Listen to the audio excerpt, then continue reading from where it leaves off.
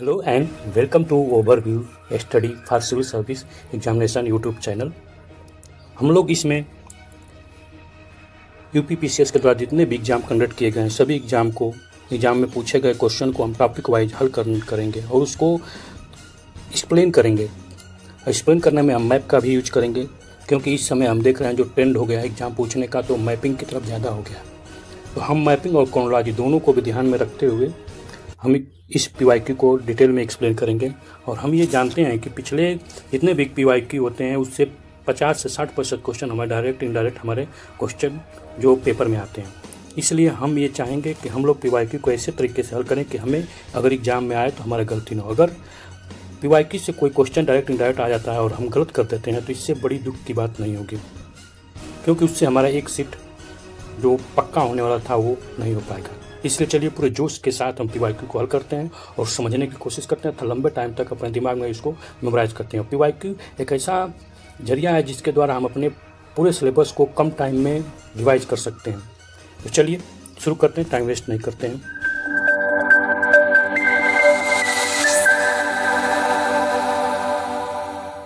तो ये middle history का 13 चैप्टर है जो अकबर से रिलेटेड है। अकबर मुगल का 3rd किंग था।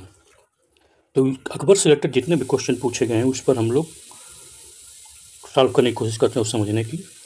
तो अकबर को पढ़ने से पहले थोड़ा सा हम मुगल के बारे में जान लेते हैं, जिससे हमें समझने में आसानी होगी और उनकी क्रोनोलॉजी को समझ लें। अगर हम ग्रेट मुगल की बात करते हैं तो इसमें केवल 6 ही ऐसे रूलर हैं जो ग्रेट थे। 6 ही ऐसे रूलर हैं जो ग्रेट थे, जिसमें से बाबर, जिसका पूरा नाम जहांगीरुद्दीन मोहम्मद बाबर। तो ये कई बार इसका पूरा नाम पूछा गया, इसलिए आपको जानना चाहिए। क्या जहांगीरुद्दीन मोहम्मद बाबर इसका पूरा नाम है। और ये 1526 से लेकर 1530 तक हुकूमत किया और ये 4 साल हुकूमत किया, लेकिन चारों साल ये पूरा लाइफ अपने युद्ध में ही गंवा दिया, इतना जान लीजिए। फिर उसके बाद इसका बेटा बनता है नासिर उद्दीन मोहम्मद हुमायूं, इसी को हुमायूं बोलते हैं। ठीक, ये दो बार बनता है राजा। पहले तो ये 1530 से लेकर 1540 तक रहता है। फिर 10 साल का जो ये गैप है यहाँ पर आता है सूर डायनेस्टी, शेरशाह सूरी।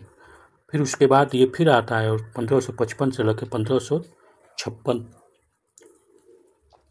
तक ये 1 साल ही रूल कर पाता है सूरी को हटाकर। ठीक, उसके बाद आता है सबसे ग्रेट एम्पायर जो आपका अकबर, जिसका कार्यकाल लगभग बहुत लंबा होता है, 1556 से लेकर 1605 तक। अब यही 1605 है जहाँ पर ईस्ट इंडिया कंपनी इंडिया में आती है। इसी के कार्यकाल में कई बार ये क्वेश्चन पूछा जा चुका है कि कौन सा राजा था दिल्ली पर जब ये ईस्ट इंडिया कंपनी इंडिया में आई है। एलिजाबेथ क्वीन के टाइम कंटेम्पोररी। फिर इसी का बेटा जो होता है आपका जहांगीर, जिसका नूर उद्दीन मोहम्मद सलीम जहांगीर, ये 1605 से लेकर 1627 तक रूल करता है। फिर इसके बाद इसका बेटा आता है शाहजहाँ। कौन? शाहजहाँ। इसका पूरा नाम है शाहुद्दीन मोहम्मद खुर्रम शाह जहाँ, 1627 से लेकर 1658 तक। ठीक, इस समय अगर देखा जाए तो ईस्ट इंडिया कंपनी उतना पावरफुल नहीं रहती है। फिर उसके बाद इसका बेटा बनता है औरंगजेब। ये बहुत ही डेंजर, अगर देखा जाए तो 2 ही बहुत ग्रेट मुगल किंग बने, रूलर बने, पहला अकबर, दूसरा औरंगजेब। तो अकबर और औरंगजेब से हमारे पीवाईक्यू में बहुत सारे क्वेश्चन आपको मिलेगा, हमारे एग्जाम में भी हमेशा क्वेश्चन पूछा जाता है। ये 1658 से लेकर 1707 तक, और इसी के डेथ के बाद अंग्रेज हावी हो जाते हैं। ईस्ट इंडिया कंपनी के रूप में अंग्रेज आए रहते हैं, वो हावी हो जाते हैं। ठीक, उसके बाद इम्पॉर्टेंट बैटल देख लेते हैं। तो आपको ये ध्यान है कि जब बाबर आया तो उसे 4 साल रहा, लेकिन चारों साल वो युद्ध करता रहा। तो पहला युद्ध किया वो बैटल ऑफ पानीपत, 21 अप्रैल 1526, याद कर लीजिए। 21 अप्रैल 1526 याद कर लीजिए, ये बार बार पूछा जाता है परीक्षा में, ठीक ना, तो याद होना चाहिए 21 अप्रैल 1526। और ये पहला युद्ध इब्राहिम लोदी के अगेंस्ट किया। लास्ट डायनेस्टी थी सल्तनत का लोधी डायनेस्टी। लोधी डायनेस्टी के इब्राहिम लोदी को बाबर ने हराया, और ये इब्राहिम लोदी का ही सगे संबंधी बाबर को बुलाए थे, आओ, जिसमें राणा सांगा भी थे। ठीक, गुट में बुलाने वाले में। राणा सांगा को भी निपटाता है, ठीक है ना।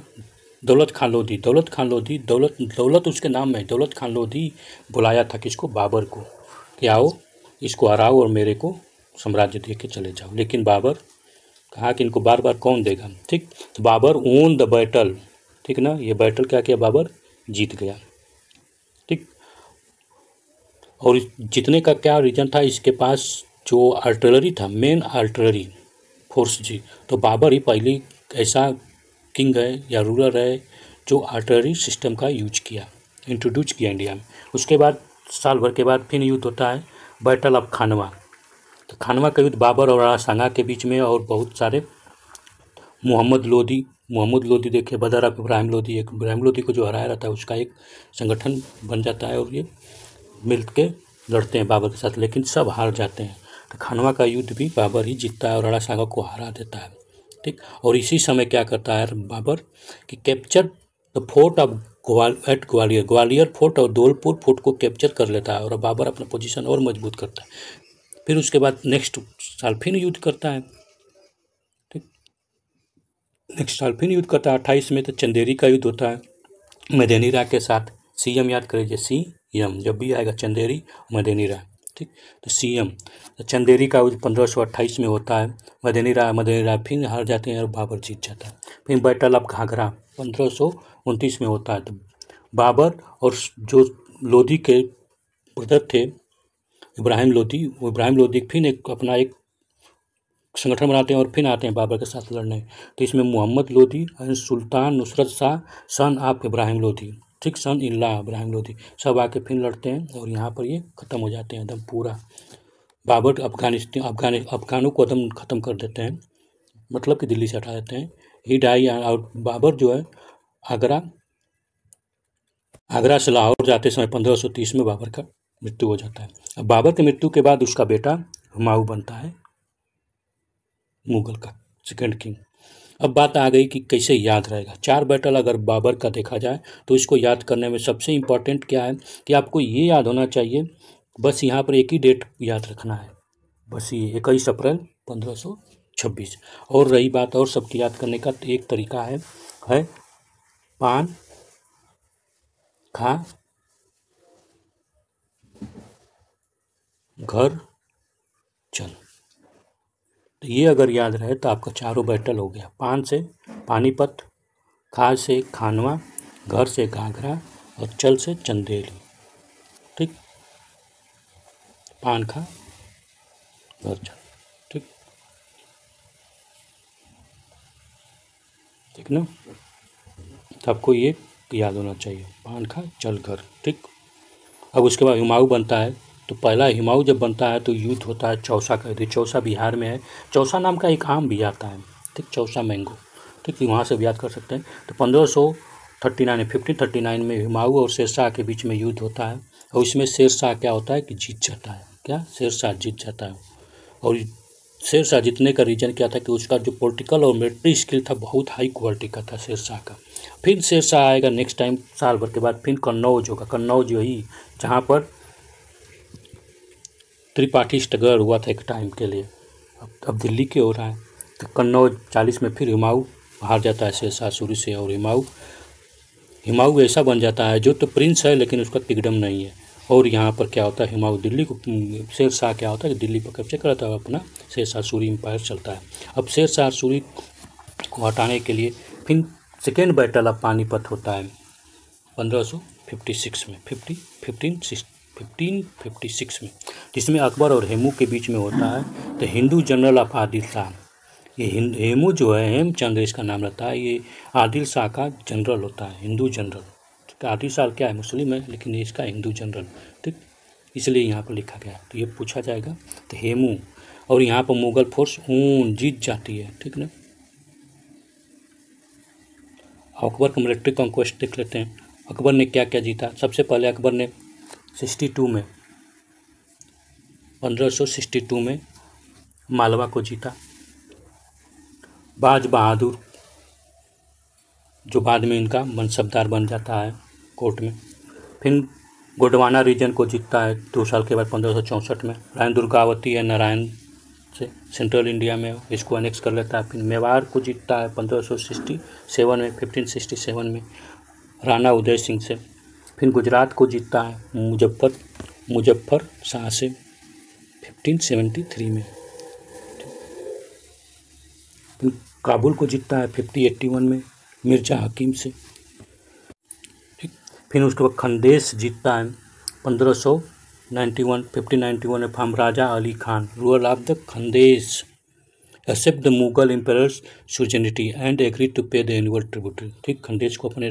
फिर उसके बाद साउथ में आता है तो बिहार को रानी चाँद बीबी से लेता है कब 1569 में। अहमदनगर 1600 मुजफ्फर शाह से। ठीक, तो ये 1600, उसके बाद 1615 में तो इसका डेथ हो जाता है, 1605 में अकबर का। ठीक, तो ये आपका इम्पॉर्टेंट कुछ तथ्य थे जो हमें याद होना चाहिए। ठीक ना, अब हम चलते हैं पीवाईक्यू को देखते हैं। ठीक, first question, with reference to mansabdari system which of the system is are correct. तो यहाँ पर मनसबदारी सिस्टम से रिलेटेड दो स्टेटमेंट दिया है। इसमें पूछा गया है कि कौन सा करेक्ट है कौन सा नहीं। इसमें कौन सा करेक्ट पूछा गया, नहीं बोला है। ठीक, ये मनसबदारी सिस्टम अकबर लेके आया था, ये मालूम होना चाहिए। ठीक, किसी भी राजा को हराता था तो कहता था मनसबदार बन जाओ, मतलब कि मेरा हेल्प करो। ठीक, उसके बदले में उसको कुछ पोस्ट देता था, सम्मान, रिस्पेक्ट। इसका बहुत लंबा कहानी है। फर्स्ट क्या statement, mansabdari system was officially nobility of the state started by Akbar, correct. Mansabdari व हेरेडिटरी नहीं था। अगर हेरेडिटरी रहता तो ख़त्म में नहीं होता, हेरेडिटरी नहीं था। इसका एक्सप्लेनेशन देख लेते हैं। Mansabdari system was the basis of the Mongolian military which are based on the decimal system. तो मंगोलियन मिलिट्री से लिया गया था। अकबर को रीजन करने का, इसको मनसबदारी सिस्टम लाने का रीजन क्या था, इसको अगर समझ ले तो आप सब समझ लिए। तो अकबर ने ये रियलाइज़ किया कि इतने साल तक ये मुस्लिम इस पर रूल किए, इंडिया में रहे दिल्ली सल्तनत के रूप में, लेकिन इन्होंने पूरा इंडिया को अपने ऊपर, इंडिया को अपने इंडियन पीपल को अपने आप में विश्वास नहीं दिलाया कि हमारे भलाई के लिए आए। तो अकबर ने यही सोचा कि जो जिसको चाहिए वो प्रोवाइड करो। तो उन्होंने देखा कि राजपूतों में क्या प्रॉब्लम था। राजपूतों को क्या था कि उनको अपने प्राइड, रिस्पेक्ट से बहुत ज़्यादा लगाव था। तो वो कहा कि इनको रिस्पेक्ट दो लेकिन अपने अंदर रखो। तो वो रिस्पेक्ट दिया और अपने लिए काम कराने लगा, रिस्पेक्ट दिया, इज्जत दिया, सब कुछ। तो वही मनसबदारी सिस्टम स्टार्ट किया और उसमें उनके रैंक, उनके कैपेसिटी, यानी जैसे वो राजा थे, जैसे वो जिस प्रकार के वो राजा थे, उस हिसाब से मनसबदारी सिस्टम प्रोवाइड करता था, उसमें रैंक बनाया रहता था। ठीक, तो यही चीज़ है। तो यहाँ पर बोल रहा है, देखिए 11 year Akbar introduce this system India his 11th year of reign, यानी 11th year of the reign में। Mansabdari system consist of the both military as a civil rank, दोनों में था, मिलिट्री में और सिविल रैंक में। This system was transferable not hereditary, एक राजा से दूसरे राजा को चला जाता था, लेकिन ये नहीं कि एक राजा बन गया तो उसका पोता भी बनेगा, उसका भी लड़का, उसका लड़का, ये हेरेडिटरी नहीं था। ठीक है ना। अब मनसबदारी पर बहुत बार क्वेश्चन आया है, ये बहुत इंपॉर्टेंट भी है, देख लेते हैं। तो मनसबदारी सिस्टम अगर देखते हैं तो ये क्या था, एडमिनिस्ट्रेटिव सिस्टम था, एक एडमिनिस्ट्रेटिव सिस्टम का एक पार्ट था, जहाँ पर जो मनसब है ये अरबिक ओरिजिन है और अरबिक से लिया गया है, जिसका मतलब होता है मनस माने रैंक या पोजीशन, यानी कोई रैंक दिया जा रहा है, पोजीशन दिया था। आपको वही बोल रहे हैं कि आप मनस को बस देखिए, मनसब अरबिक वर्ड है, अरबिक है, और इसका मतलब होता है रैंक। और ये सिस्टम गवर्नमेंट में ऑफिशियल और मिलिट्री दोनों को प्रोवाइड करता था। ठीक ना, सिविल और मिलिट्री दोनों में प्रोवाइड होता था। ठीक, और ये सिस्टम डिटरमाइन द रैंक और status of government official and military general. तो ये सिस्टम क्या है कि इसी के अगर जितना आपका मनुष्य जो आप रैंक है उसी के अंदर आपको स्टेटस और डिटरमाइन होता था, मनुष्य के द्वारा ही आपका स्टेटस और रैंक डिसाइड होता था। जैसे आज समय देख लीजिए, स्टार लगा होता है, पुलिस डिपार्टमेंट देखिए स्टार लगा होता है, 1 स्टार 2 स्टार, और तलवार भी लगा रहता है, और जिस पर स्टार नहीं लगा होता क्या ये रैंक बताता है। उसी तरह से हर जगह आप देखेंगे रैंक चलता है, उसी तरह से जितना बड़ा जैसे रैंक वैसा पोजीशन बताएगा। तो ये सिविल और मिलिट्री आप दोनों में दिया जाता था मनसबदार। ठीक, और सैलरी और अलाउंस दोनों इसको डिटरमाइन होता था कि सैलरी क्या रहेगी, अलाउंस क्या रहेगा। मनसब वेयर मल्टीप्लाई ऑफ 10 का multiply highest rank under the mansab what 10,000 10,000 था, विच इंक्रीज बाई 12,000, ठीक है ना, 10,000 से 12,000 तक। Rank above 1,000 was give to princes, और 7,000 से ऊपर का जो रैंक था वो प्रिंस को दिया जाता था। इनका क्लासिफिकेशन कैसे था मनसबदार में? तो अब मनसबदार का क्लासिफिकेशन अगर ध्यान से देखें तो अमीर फर्स्ट, अमीर रैंक मनसबदार। तो अमीर जो था, देखिए अजम उदम, इनका क्या था रैंक? 2500, 2,000 से ऊपर को अमीर बोलते थे फर्स्ट। फिर अमीर इनका था 500 से 2,500। फिर मनसब रैंक था 500 से नीचे, मनसबदार का 500 से नीचे, ठीक। तो अमीर फर्स्ट, अमीर और मनसब, ठीक है ना। Structure of the mansabdari system, मनसबदारी system का स्ट्रक्चर ये था, देखिए। तो यहाँ पर सिस्टम व designed by the dual representative one and personal rank called the Jat भी बोलते थे, और 2 क्लेवरी रैंक कॉल्ड सवार। इनको 2 घोड़सवार मिलता था और 1 जाट मिलता था। Sawar rank determine the number of army, cavalry men that the mansabdar had maintain the imperial army. First class mansabdar number of sawar और नंबर ऑफ जाट बराबर होते थे। सेकेंड क्लास मनसबदार में नंबर ऑफ सवार तो मिलते थे यानी घोड़सवार, और 1/2 जाट मिलता था, यानी नंबर ऑफ सवार का 1/2 जाट। थर्ड में 1/2 से नीचे होता था, ठीक, यानी जाट जितना रहता था 1/2 उससे नीचे सवार होते थे, ठीक। ये बार बार पूछेगा। Salary and payment pad in cash. अब देखिए पैड इन कैश, किसमें पैड होता था? कैश, जिसको कहा जाता नगदी, नया आदमी कहता है नगदी हम लेंगे, नगदी। Assign the mansabdar with jagir, जागीर भी दिया था, लैंड जागीरदार के लैंड दिया था। Allowed to collect the land revenue, ठीक, लैंड रेवेन्यू भी दिया था, भैया तुम जाओ लैंड से रेवेन्यू कलेक्ट कर दो, कौन? मनसबदार। और other tax from the jagir. Jagirdari system was the integral part of the mansabdari, mansabdari के अंदर ही जागीरदारी सिस्टम भी था, ठीक। तो ये आपको जागीरदारी सिस्टम क्या है ये जान दीजिए, ये टैक्स से रिलेटेड है, ठीक। अब जब जागीरदारी पर क्वेश्चन पूछेगा तो उसके बारे में थोड़ा सा डिस्कशन करेंगे। मनसबदार के बारे में हमको लग रहा है कि पूरा क्लियर हो गया, ठीक है ना।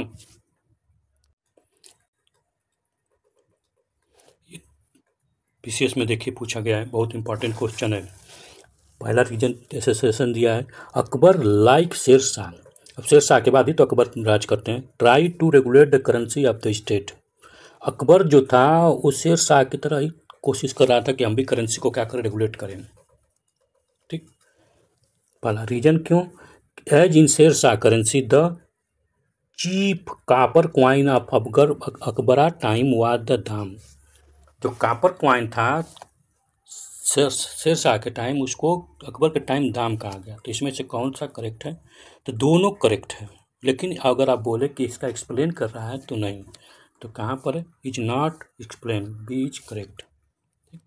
इसका एक्सप्लेनेशन देख लेते हैं। एक्सप्लेनेशन में यही बताएगा, Akbar just like the Sher Shah Suri try to regulate the currency of state and also Akbar issue the copper coin dam similar to Sher Shah Suri. तो शेर शाह सूरी के टाइप के समान ही जो कापर का क्वाइन बनाया गया, इशू किया गया, उसको दाम बोला गया, ठीक। और शेर शाह सूरी का बोलता था रुपया। नेक्स्ट क्वेश्चन, ARO में पूछा गया है, देखिए RO 2017 में पूछा गया है। Who was introduce the mansabdari system? सबको मालूम है अकबर ने किया था, ठीक। और यहाँ पर मनसबदार का मतलब भी आपको समझा दिया गया है, फिर भी एक बार कर लेते हैं ताकि दिक्कत न हो। तो mansabdari system was introduced by the Akbar. It outstanding feature of the Mughal administrative. Mughal administration का सबसे एक्सलेंट फीचर था। Under this system every officer of the Mughal empire was give the rank and mansabdar. मनस का मतलब होता है रंग या रैंक या स्टेटस। ये कौन सा शब्द है? तो ये अरबिक शब्द है। Lowest rank in the system was 10 where the highest is 10,000 and 10 से लेकर 10,000 तक दिया था, ठीक। नोवेल थे 10 से लेकर 12। It was the grading system use by the Mughal decide rank salary, इसमें क्या रैंक डिसाइड होता है, सैलरी डिसाइड होता है, मिलिट्री रिस्पॉन्सिबिलिटी डिसाइड होता था नोबेल का, कि जो उसके कोर्ट में है वो लोग क्या करेंगे, उनको हर ड्यूटी रिस्पॉन्सिबिलिटी मिलती थी। The rank was divide into zat and sawar, zat और sawar. Zat fixed the personal status of the noble and the salary paid to him, अब सैलरी भी दी जाती थी और भी कैसे नगद सैलरी मिलती थी। सवार इम्प्लीमेंट, सवार का मतलब होता है घुड़सवार, number of cavalry of the sawar. Mansabdar was the required the maintenance to, ठीक। तब मनसबदार, मनसबदार मिल क्या होता था कि जब सवार दिया जाता था तो मनसबदार का ही जाना कि जितने भी आपको सवार मिले हैं, जितने भी आपको घुड़सवार मिले हैं, उन सबको आपको ही मेंटेन करना है, नहीं कि अकबर करेगा या तब मुगल साम्राज्य करेगा, नहीं, आपको करना है। अब उसके लिए पैसा चाहिए, तो पैसा कहाँ से, तो आप जागीर से टैक्स ले सकते हैं, ठीक। तो मनसबदार को टैक्स भी वसूलने का रेवेन्यू, लैंड रेवेन्यू टैक्स, ठीक ना। और देखा है तो मनसबदार का ही इंटीग्रल पार्ट था जागीर, यानी जागीर जो है मनसबदार के अंदर ही थी, जागीरी सिस्टम, ठीक। नेक्स्ट क्वेश्चन देखिए, ये इम्पोर्टेंट है क्योंकि जब भी देखिए पॉलिसी बहुत ज़्यादा पूछा जाता है। अगर आप मुगल का देखेंगे तो मुगल में ज़्यादातर एडमिनिस्ट्रेटिव पॉलिसी ज़्यादातर पूछा जाता है, क्योंकि उसका इम्पैक्ट आज भी है हमारे देश में। Arrange the following event of Akbar's period, Akbar period के टाइम पर जितने भी इवेंट हुए उसको क्रोनोलॉजिकल ऑर्डर में इवेंट को हमें ऑर्डर करना। एबुलाइज द जजिया, कंस्ट्रक्शन द इबादत खाना, सिंह आन महजार, इंट्रोड्यूस द दीन इलाही। दीन इलाही क्या है, अकबर का एक नया रिलीजियस था जिसको इंट्रोड्यूस किया था, तो आपको बताना है कि इसमें से कौन सही है, ठीक।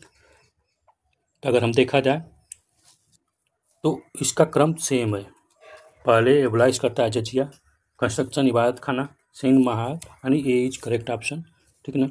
अब इसका हम एक्सप्लेनेशन देखिए और इसको कोशिश कीजिए नोट डाउन करने का, नोट डाउन कर लेंगे नहीं भूलेगा। एबुलाइज जजिया, जजिया जो है, jizya was abolish by the third Mughal emperor Akbar, Akbar के द्वारा किया गया कब, 1564 में, कब 1564 में। हम अकबर राजा कब बनता है याद कर लीजिए, 1556 में राजा बनता है, ठीक। और उस कितने साल लग गया सोचिए, यानी 4 साल इधर और 4 साल इधर, यानी 8 साल के बाद वो क्या करता है, जजिया को ख़त्म करता है, ठीक। याद करने का तरीका आपको मालूम होना चाहिए, 1564। कंस्ट्रक्शन इबादत खाना जो है वर्शिप, इबादत माने क्या होता है, वर्शिप करना, खाना माने घर होता है, ठीक। तो एक वर्शिप हाउस बनाया जहाँ पर लोग मिलते थे, मिल के उसके बाद भगवान के बारे में, स्पिरिचुअल लीडर के बारे में, सभी स्पिरिचुअल लीडर डिस्कशन किया जाता था, ठीक। तो कब बनाया गया था, 1575 में। और कौन बनवाया, अकबर। कहाँ बनवाया, तो फतेहपुर सीकरी, ठीक। तो ये याद होना चाहिए। यहाँ पर एक केवल मुसलमानों के नहीं, सभी के लिए, केवल इस्लाम के लिए ही नहीं, यहाँ पर सभी रिलीजियस के लोग आते थे और डिस्कशन करते थे, ठीक। सिंह आ महजार, सिंह आ mahzar declare call the mahzar was passed by the Akbar order of himself by the power to choose between different interpretation of the Islamic law, ठीक है। help into the strengthening the each power with respect to several interpretation of the law in the emperor। तो आपको सिंह महाजार फिर पूछ देगा तो आपको confusion हो जाएगा और आप शायद न कर पाए। तो आपको ये महाजार जब भी नाम आए तो आप समझ लीजिएगा कि अकबर से रिलेटेड है, ठीक ना। और अकबर ने खुद ही इसको ऑर्डर किया था और इनका क्या इसमें ये,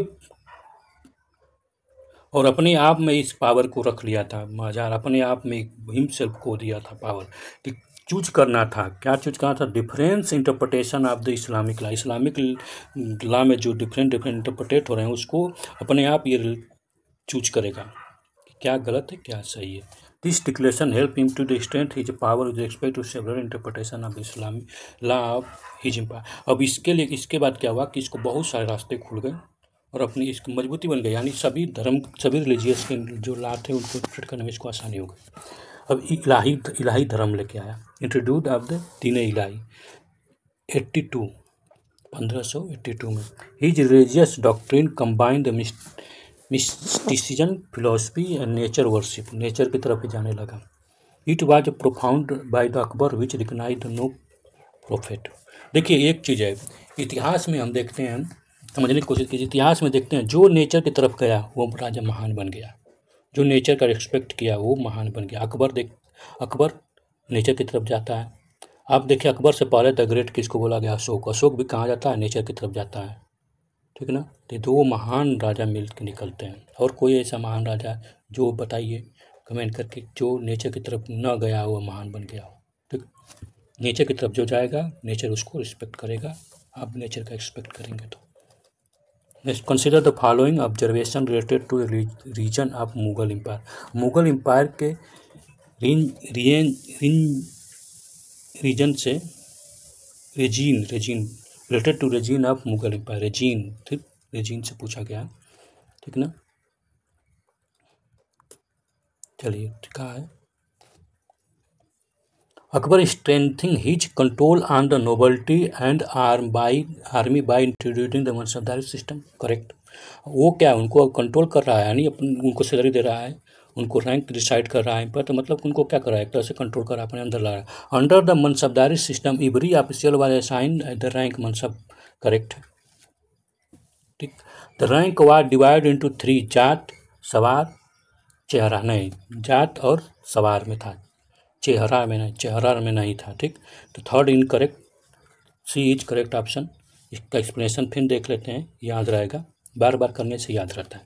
मनसबदारी सिस्टम इंट्रोड्यूस बाय अकबर, ये यूनिक था, एक्सीलेंट था, ठीक ना। The system was drive from the, अब देखिए मंगोलों से लेके आया था, चिंगेज खान से लेके आया था। Administration apply India circumstances with the same modification, कुछ मॉडिफिकेशन के बाद introduce the mansabdar system. Akbar strength his control on the nobility को अपने अंदर कंट्रोल करता है, आर्मी को अपने कंट्रोल में लेके आता है। Under the mansabdari system every official was assign the rank mansab, the salary was the mansabdar was decide basis of their rank.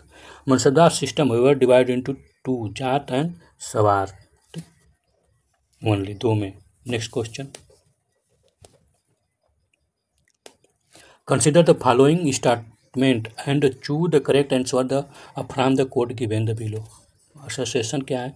Akbar introduce the Deen Ilahi in the 1581, नहीं दीन इलाही 1581 में नहीं, 1582 में, ठीक, तो याद होना चाहिए 1582 में दीन इलाही।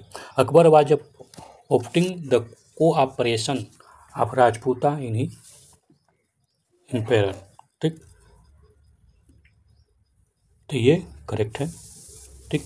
ए इज इनकरेक्ट, ए किसमें, इसमें दोनों बोला है, नहीं होगा, इसमें भी दोनों बोला नहीं होगा, ए इज ट्रू नहीं है, ट्रू नहीं है, यानी डी इज करेक्ट ऑप्शन, ठीक। एक्सप्लेनेशन देख लेते हैं। तो दीन इलाही आपको याद होना, दीन इलाही मतलब क्या होता है? डिवाइन फैथ वाज एक syncretics religious profound by the Mughal empire Akbar, Mughal empire Akbar के द्वारा 1582 AD में, ठीक है, दीन इलाही का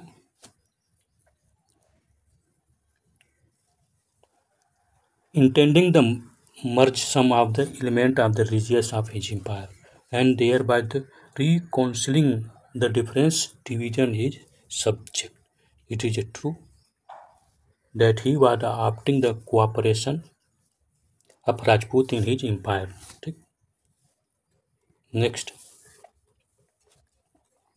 आर्ट एंड आर्किटेक्चर बहुत इंपॉर्टेंट है मुगल का, हमें याद होना चाहिए, ठीक ना। तो वहाँ से पूछा गया question, consider the following statement for, क्या है? अकबर गाज कंस्ट्रक्टेड बुलंद दरवाज़ा इन फतेहपुर सिकरी, फतेहपुर सिकरी में 1602 में बुलंद दरवाज़ा बनवाया, बुलंद दरवाज़ा, ठीक। Akbar decide this is pleasure of the birth of the his Jahangir, यानी जहांगीर के बर्थ पर उसने ये डिसाइड किया कि वो बुलंद दरवाज़ा बनाएगा। क्या ऐसा सही है? बुलंद दरवाज़ा को अकबर जो है दीन इलाही के 10 साल पहले बनाया था। 1582 में आपका दीन इलाही शुरुआत होती है, इससे 10 साल पहले बुलंद दरवाज़ा का निर्माण करता है, मतलब कि 1572 हुई है, ठीक। 1572 में बुलंद दरवाज़ा का फतेहपुर, ये स्टेटमेंट इनकरेक्ट है, ठीक। और ये बुलंद दरवाज़ा का निर्माण जहांगीर के जन्म की खुशी में नहीं, बुलंद दरवाज़ा का निर्माण करता है गुजरात को जीतने की खुशी में। ठीक, गेटवे ऑफ मुगल बोला गया उनको, मुगल एम्पायर का। ठीक ना, तो यहाँ पर अगर देखते हैं तो इसमें से कौन सही है, इसमें से कोई नहीं सही है। ठीक ना, सब कंफ्यूजन में है। ठीक, एक्सप्लेनेशन देखते हैं। तो बुलंद दरवाजा was build victory symbol of the over the Gujarat, Gujarat के जीतने का ये सिंबल है। गेट ऑफ विक्ट्री इसको बोला गया है। Which is highest gateway build by the Mughal empire Akbar in 1572 AD। The Buland Darwaza lead to complex विच है द जामा मस्जिद, जामा मस्जिद के कम्प्लेक्स में है। एंड द टम ऑफ द सूफी संत सलीम चिश्ती। ठीक ना, सलीम चिश्ती का भी वहाँ पर क्या है, टम्ब है। बुलंद दरवाजा is the architecturally rich structure and made of the red stone, red stone से बनाया गया है। उसको डेकोरेटेड भी किया गया वाइट एंड ब्लैक मार्बल से। सोचिए कितना एक्सीलेंट आर्किटेक्चर है। ठीक, नेक्स्ट क्वेश्चन ये देखिए कहाँ पूछा गया, लोअर में पूछा गया, फिर पूछेगा बेहोश हो जाएंगे। Next question, Todarmal had got the prominent in which field, Todarmal कौन थे, तो ये क्या थे, एक तरह से रेवेन्यू, लैंड रेवेन्यू। ठीक, लैंड रेवेन्यू। टोडरमल ही ने क्या क्या था मालूम है, इन्होंने ही लैंड को मापा जोखा करना शुरुआत किया था। ठीक, इसका एक्सप्लेनेशन देख लेते हैं। Raja Todarmal had prominent in the field of land revenue and the financial system. अब लैंड रेवेन्यू और financial system he as a financial minister, आप अगर देखिए फाइनेंस का मिनिस्टर भी रहा है। Is brought the new system of revenue collection, no zabti and dahsala system, dahsala और जप्ती लेके आए। Which was the system of taxation, under this system he took the carefully survey of the crop, यही कहा था, सर्वे लेके आए थे। Crop yield and price cultivation for the period of 10 year, यही 10 ईयर। अब इसी 10 ईयर को याद कीजिए, इसी दसाला को, ठीक ना, इसी दसाला 10 साल। ठीक, under the dahsala system as the institute by the Akbar the average produce of the different crop as well the average price prevailing over the last 10 year was calculated. तो 10 साल देखिए, इसको थोड़ा सा समझ लेते हैं, बहुत इंपॉर्टेंट है। दसाला और जप्ती, दसाला और जप्ती को हम समझने की कोशिश करते हैं तो हम पाएंगे कि देखिए दसाला 10 साल के लिए, और इसमें क्या होता था कि जब भी आप इसका सर्वे कराया गया, सर्वे में जो आप देखिए 10 साल का सर्वे हुआ, तो इसमें सर्वे में क्या होता है कि एवरेज लिया गया लास्ट 10 ईयर का कैलकुलेट करने, और एवरेज पर उसके बाद उस पर आपका टैक्स लगने लगा।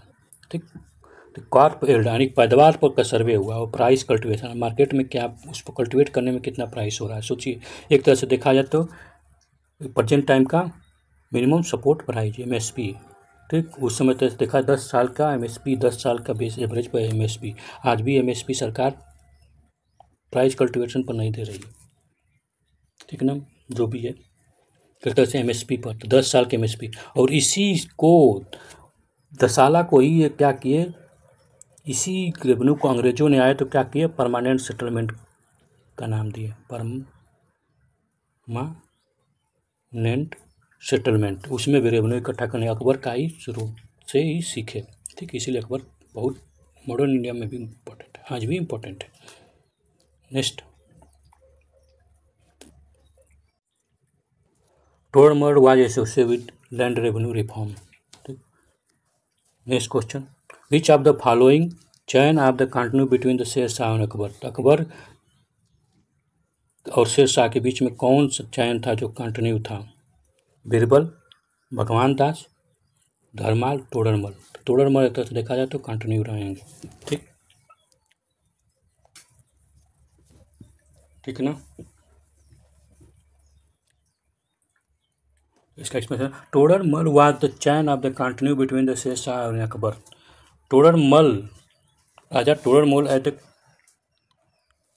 Khatri serve as in the youth under the administration of the Sher Shah Suri and he gained the priceless experience in management and land revenue। सोचिए, ये जो बच्चे थे, यंग थे उस समय, राजा टोडरमल जो थे शेर शाह सूरी के एडमिनिस्ट्रेटिव में थे और वहाँ से लैंड रेवेन्यू को मैनेजमेंट करना सीखा। Later which carry out various reform in the land revenue, और लैंड रेवेन्यू में बहुत सारे रिफॉर्म्स लेके आए जब ये अकबर के टाइम पर ये फाइनेंस मिनिस्टर बनते हैं। In it is notable say सासुरी known to the have the made systematic survey, और ये जानते थे, ये नोटेबल थे सब कुछ कि शेष सासुरी एक systematic survey and measurement of the entire cultivation of cultivated land of his empire using unit का द सिकंदरी गज। तो सिकंदरी गज बहुत इंपॉर्टेंट है, पहली बार कोई ऐसा राजा बनता है जो कल्चर फील्ड को नाप देता है और उसको एक पैमाना भी देता है, एक स्केल भी देता है, सिकंदरी गज। ठीक, तो ये बहुत बार पूछा गया। Next question, metric system during the Akbar period was the base on. Metric system का अकबर किस पर बेस था? तो मनसबदारी। ठीक है, जमींदारी उमदारी पर नहीं चलता था ये जमींदारी मुगल लेके आए, ठीक ना। जमींदारी गुप्त काल में आया, ठीक। फ्यूडलिज्म आपका गुप्त काल में आया।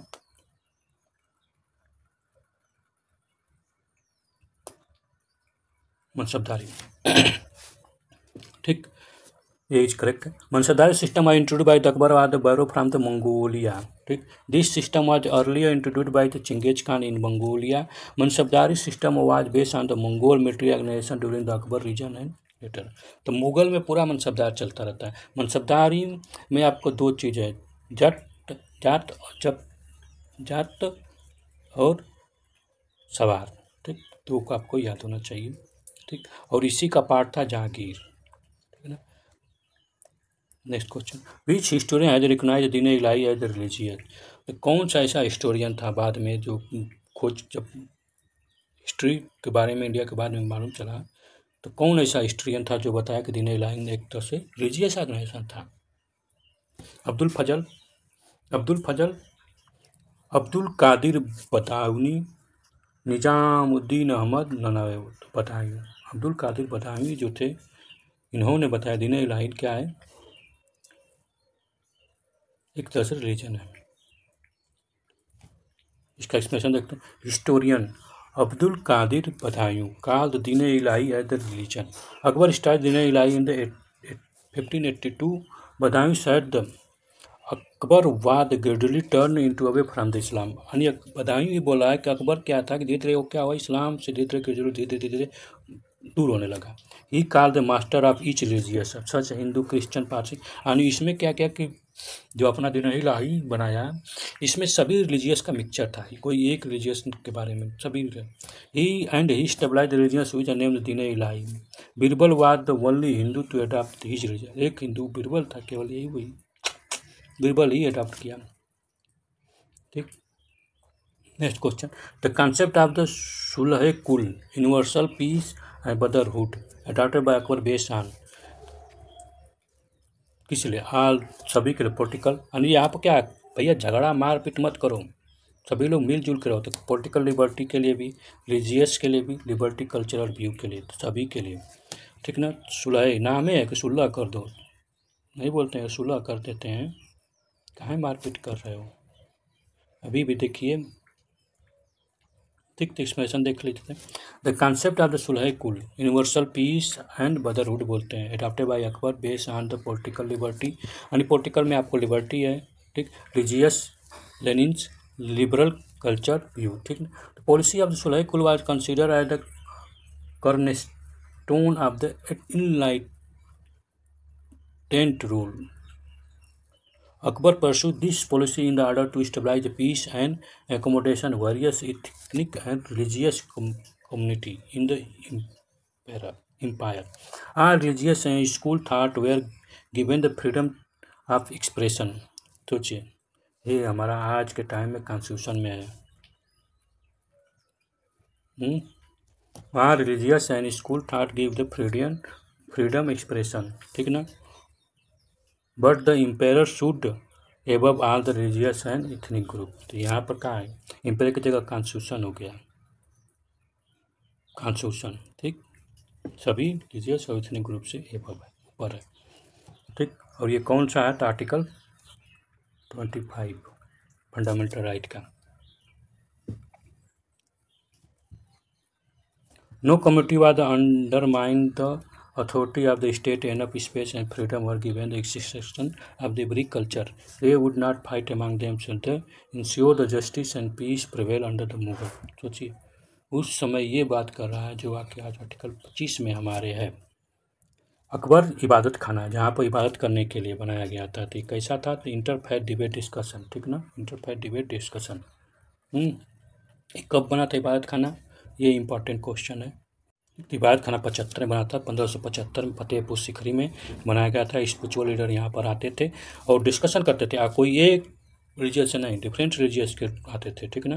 तो इबादत खाना, सुलह कुल, यहाँ पर सुलह किया जाता था। मारपीट मत करो, प्रेम से रहो, ब्रदरहुड के साथ रहो। मतलब कि सुलह कुल का जब भी नाम आए तो आप आर्टिकल 25 को ध्यान रख लीजिए, फंडामेंटल राइट का, ठीक, आपको याद हो जाएगा। Mystery state decide, military state decide कहाँ से था? तो मनसबदार से, याद कर लीजिए, मनसबदार, ठीक, mansabdari system. Next,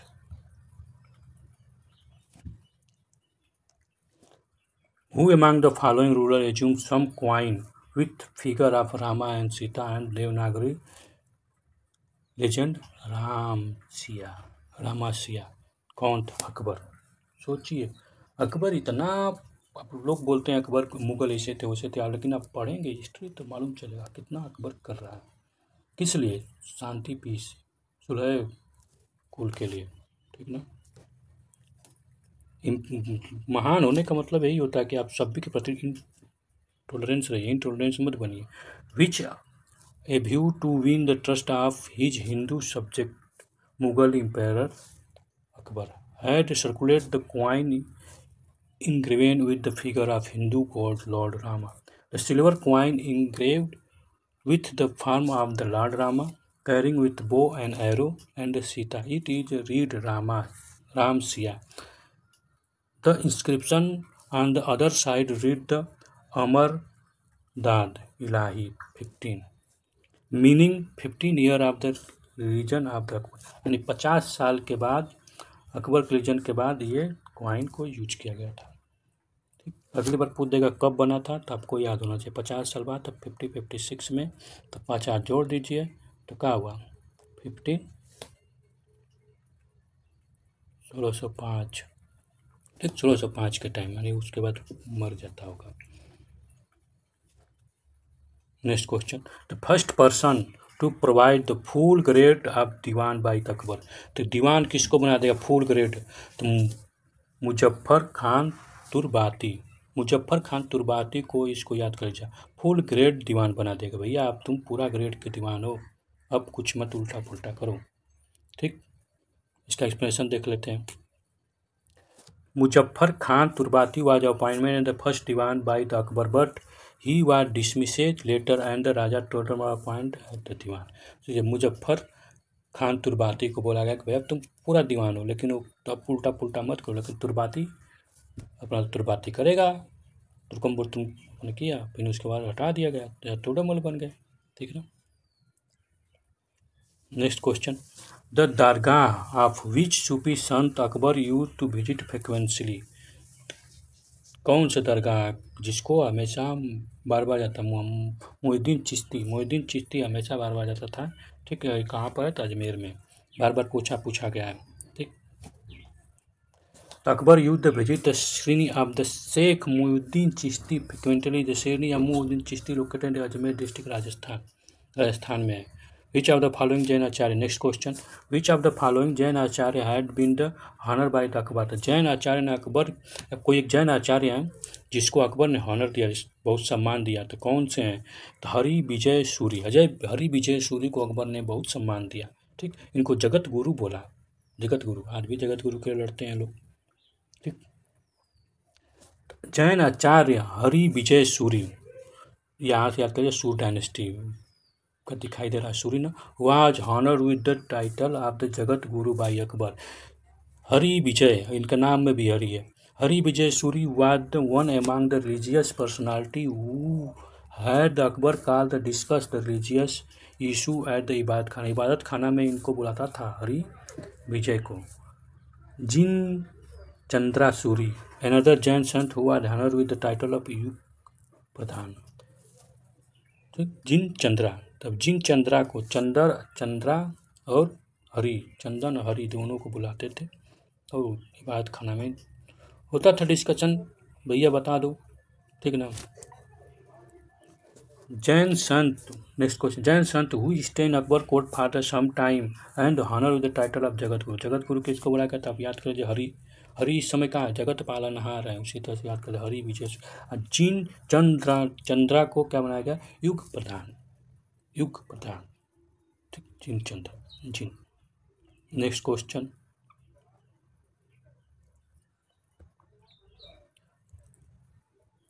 Who among the following Mughal ruler had provided the land for the construction of the Golden Temple Amritsar. तो अब सोचिए, अमृतसर में गोल्डन टेम्पल बनवाना है और वहाँ पर क्या हो रहा है कि लैंड दिया जा रहा है। तो गोल्डन टेम्पल किसके टाइम बना था, कंटेम्पोररी कौन था, तो यहाँ पर मालूम होना चाहिए, अकबर, ठीक ना, समझ में आ रहा है। Next question, a fatwa was issue from the Jaunpur against the which Mughal empire. Akbar के खिलाफ फतवा भी शुरू किया गया, बहुत इंपॉर्टेंट क्वेश्चन है, कई बार पूछा गया है, ठीक ना। तो 1580 a ulema Muhammad Zaidi from the Jaunpur issue the fatwa against Mughal empire, Akbar ask all Muslim to रिवेल अगेंस्ट हिम। सोचिए, 80 में करता है और 82 में क्या हो जाता है, इबादत खाना कर देता है। लो भैया, which are the battle of Haldi Ghati. Haldi Ghati का बैटल कब हुआ था, तो हल्दी घाटी का सोचिए 76 यहाँ पर भी दिया है, 76 इसमें भी दिया है, ठीक ना, बी और डी दोनों का बी दिया। बैटल ऑफ हल्दी घाटी fought between the Akbar and Maharana Pratap Mewar, बहुत इंपॉर्टेंट है बैटल। महाराणा प्रताप वही चेतक वाला, चेतक की तलवार की क्या महाराणा प्रताप की पुतली फिर नहीं चेतक मुड़ जाता था, वही कविता। 1576 में Maharana Pratap only Rajput who denied to accept the supremacy of Mughal empire. यही एक थे जो कि लड़ गए थे प्रताप, महाराणा प्रताप, और कभी सुप्रीमेसी को उनके एक्सेप्ट नहीं किया, मतलब कभी मनसबदार नहीं बने, ठीक, अपने राज्य के लड़ते रहे। Next question, who among the following who वा किल बाय अकबर हिमसेल्फ। अकबर किसको मार दिया, अपने भाई को ही तो मारा था, आदम खान, अपने भाई को। ये भाई किसका भाई था, जो इसको माँ अकबर की माँ तो बचपन में पुड़क गई होती है, नहीं पुड़की नहीं रहती है, क्या होता है, पालन करती है, मरी नहीं होती, उसकी एक दाई रहती है, वो पालन करती है, उसका बच्चा था आदम खान, जो दाई थी, बाई थी, बाई, ठीक। तो बाई का बच्चा था आदम खान, इसको अपना भाई ही मानता था, क्योंकि इसको माँ से भी ज़्यादा प्यार करता था भाई को।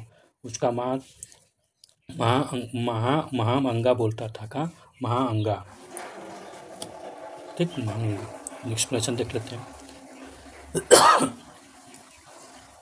देखिए, मेंस में पूछा है, पीसीएस में, महाअंगा सन आदम, आदम नाम हुआ आदम भैया, who had grow up with Akbar के साथ, was the commander in army but he was रिवेल slowly head and insolent. Once Adham Khan tried to hurt Akbar. This why Akbar ordered to guard to throw him on the ground and kill him. ठीक ना, बहुत वो था, कंस्पिरेंसी रच रहा था।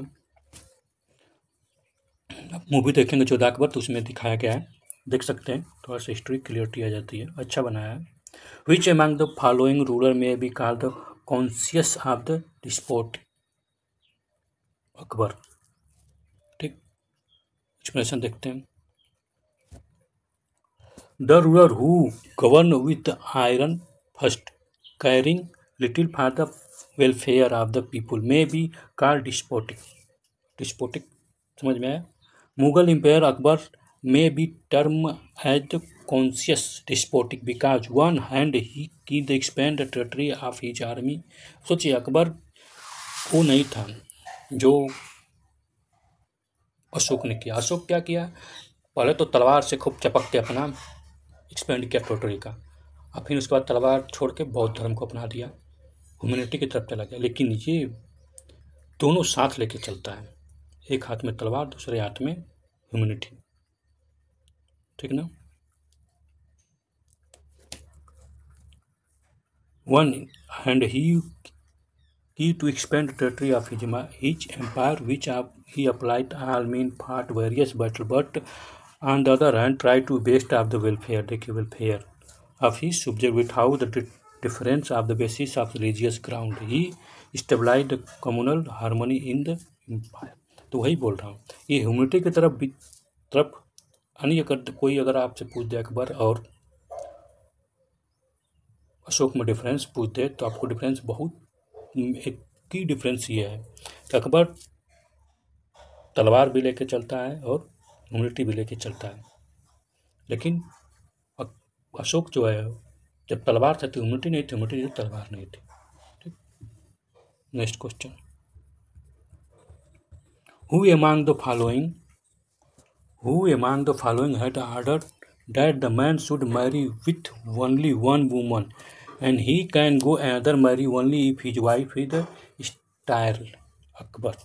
अकबर सोचिए ह्यूमनिटी के लिए क्या नहीं करता है, बहुत पूछा जाएगा क्वेश्चन बाद में, तो आप ये सोचिए कि अकबर ह्यूमनिटी की तरफ बहुत ज़्यादा टिल्ट था। सोचिए पोलिगामी को बहुत, देखिए अकबर इतना इसलिए इंपॉर्टेंट है, अकबर से जब क्वेश्चन पूछा जाता है सोसाइटी ये सब आपको क्वेश्चन आएगा। पिछले साल पीसीएस में एक क्वेश्चन आया था वुमन के रिलेटेड में, अकबर की पॉलिसी वुमन के रिलेटेड में, गर्ल्स के रिलेटेड में।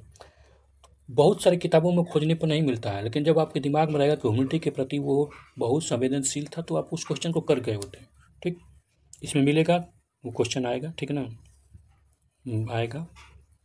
पोलिगामी was the social evil during the medieval period and early in the society. Mughal Emperor Akbar had ordered to the man should marry only one woman. He can go another marry only if his wife is sterile. Akbar prohibited the marriage in close relation. सोचे close relation में marriage को ही बंद कर दिया, रोक रहा है। He decided to age of marriage boy and girl should be not below 16 और 14 साल से नीचे लड़की नहीं होना चाहिए, 16 साल से नीचे लड़का नहीं होना चाहिए। सोचिए आज भी मैरिज की लड़ाई हो रहा है, अब तो 21 साल हो रहा है। हिमाचल प्रदेश पहला स्टेट बनाया जो 21 साल कर दिया लड़की के मैरिज का एज, याद रखिए, करंट अफेयर, ठीक है ना। क्या Himachal Pradesh, Himachal Pradesh first state become the girls marriage age क्या कहते हैं 21 ईयर, ठीक है ना, तो आपको याद रहना है। तो फिर which Indian ruler was contemporary to the queen Elizabeth और अकबर, मैं पहले ही बोला था शुरू में ही जब डिस्कशन हुआ था क्वीन एलिजाबेथ के टाइम। ठीक, who among the following only woman prime minister during the Mughal period. तो सोचिए यहाँ पर वुमन कौन, हम अंगा उनकी जो मौसी कहिए या बाई कहिए या उनका पालन पोषण करती थी। Maham Anga was the only woman prime minister during the Mughal period. Anga lead to the group of the caretaker during the earlier 4 years of the अकबरा regime। Akbar के रेजिम का 4 साल शुरुआती में वही कुल केयर करती थी। सोचिए, अभी सोचिए कि ये जब वुमन के कंट्रोल में है तो ये वास्तव में कितना रिस्पेक्ट करेगा। Among the 9 jewels in the Akbar court, which of the following not belong to the family? एक फैमिली से कौन नहीं था? अब्दुल रहीम खाना, हाँ ठीक है ना, ये एक फैमिली से नहीं थे। फैजी, एक्सप्रेशन देख लेते हैं। तो फैजी हैं Abdul Fazal Allami, were among the 9 jewel Akbar of the belong to same family. Abdul Fazal full name Sheikh Abdul Fazal ibn Mubarak. Sufi sant Sheikh Mubarak was the father of these two. Were Abdul Rahim Khana आदरस खान भी इनको बोला गया। वह the son of Bairam Khan वही जो शुरुआत में इनको रहता है, उनको संरक्षण में रहते हैं अकबर, और अकबर बोलते हैं कि भैया आप जाइए, ठीक है ना, आपका काम हो गया, हज पर भेज देता है और वहीं पर कभी आते नहीं हैं। ठीक, आप एक बार जोधा अकबर की मूवी देख लीजिए, आपको बहुत सारी क्लैरिटी हो जाए। अब्दुल रहीम खाना आल्सो नो एज रहीम, यही रहीम के दोहे आपको पढ़ने को मिलते हैं। वाह डियोट लॉर्ड कृष्णा की भक्ति करते हैं। Compose another spiritual song Hindi Rahim के दोहे। रहीमन पानी राखिए बिन पानी सब सून, पानी गए ना उभरे मोती मानुष चून। रहीम जी पानी के बारे में लिखे हैं, लेकिन अब इस टाइम में पानी की बात खत्म, पानी को आप रिप्लेस कर दीजिए मनी। रहीमन मनी रखिए मनी बिन सब सून, मनी रिप्लेस कर दीजिए, आज की रियलिटी ये है। ठीक, इज्जत माने कुछ नहीं होता है, रिस्पेक्ट माने, पानी का मतलब इज्जत या रिस्पेक्ट, उससे कोई मतलब नहीं है। ठीक, पैसा नहीं है तो आपकी कोई इज्जत नहीं। Next question, which of the following province of the south India was not part of the Mughal empire during the Akbar period. तो कौन सा इसमें नहीं था? गोलकोंडा मुगल के टाइम पर नहीं था। ठीक,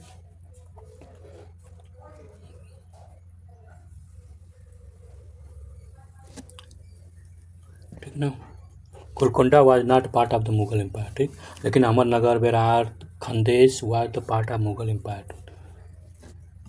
ठीक ना, गोलकोंडा को औरंगजेब अपने रेजिम में लेके आता है, अपने रीजन में।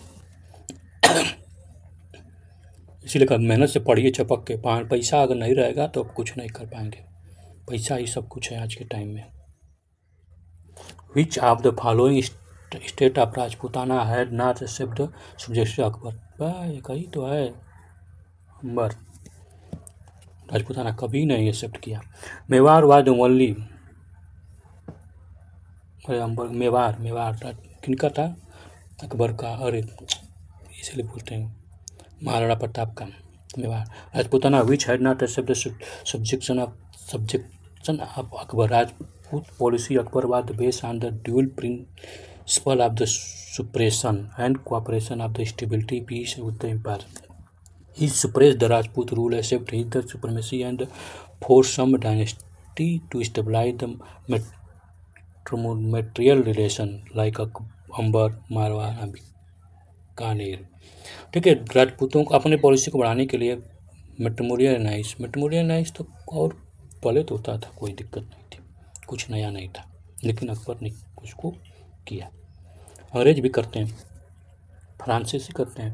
विच among the following family had stabilize the material relation with Akbar at the first. सबसे पहले कौन कहते हैं? कचवाहा, यही तो है जो था अकबर। ठीक, आप एक बार देखिए, मूवी मस्त है। Kachhwaha dynasty of the Amer was the first Rajput family start the matrimonial alliance with Akbar rule Amer king भरमाल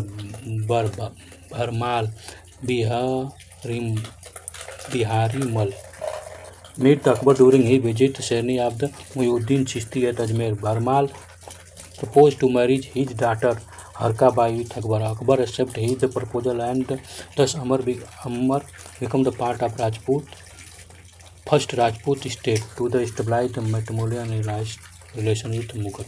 तो मुगल सबसे पहले जो था अकबर वही है, तो वही हरका बाई है। ठीक, next question, Rajput dynasty with which Akbar had established a material relation with the first Kachawahas. Next question, which of the following system was based on the collection of the land revenue in the Deccan during the region Akbar region? Akbar region में कौन सा? तो जपती था। ठीक ना, इसका reason expression देखते हैं, C is correct. Raja Todarmal introduce the new system land revenue 1580 under the region of रेजीन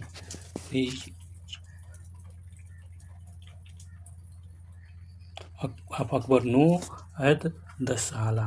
जपति कोई दसाला बोला गया। ठीक, this system was the implement Bihar, Allahabad, Lahore, Multan, Delhi, Malwa, Gujarat earlier of the sum was introduced the Deccan region later when Akbar conquered Ahmednagar, Berar and Khandesh. Next, अब हम जहांगीर और शाहजहां, तो अगले part पर मिलेंगे। तो जहांगीर और शाहजहां का जितने क्वेश्चन आए उसको डिस्कशन करेंगे।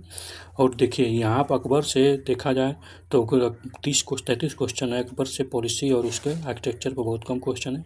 अलग से आर्किटेक्चर और लिटरेचर का चैप्टर है, उस पर डिस्कशन हो जाएगा। ठीक, तो ये हमारा अकबर का रहा। आप इसको जो भी नोट कर लीजिए, पॉइंट टू पॉइंट नोट कर लीजिए, आपका शॉर्ट नोट्स बन जाएगा। ठीक ना, जो बहुत लाभ करेगा लास्ट मोमेंट पर। नहीं तो फिर आप घटना चक्र का क्या करेंगे, वो खरीदेंगे, क्या नाम है, ऑनलाइनर, जो कि पढ़ने में बहुत कन्फ्यूजन रहेगा। ठीक, और ये अपनी भाषा में, अपनी हैंड राइटिंग में रहेगा, बहुत लाभ करेगा। चलिए नेक्स्ट टाइम मिलते हैं, तो हम लोग जहांगीर एंड शाहजहां पर डिस्कशन करेंगे। Thank you for the watching.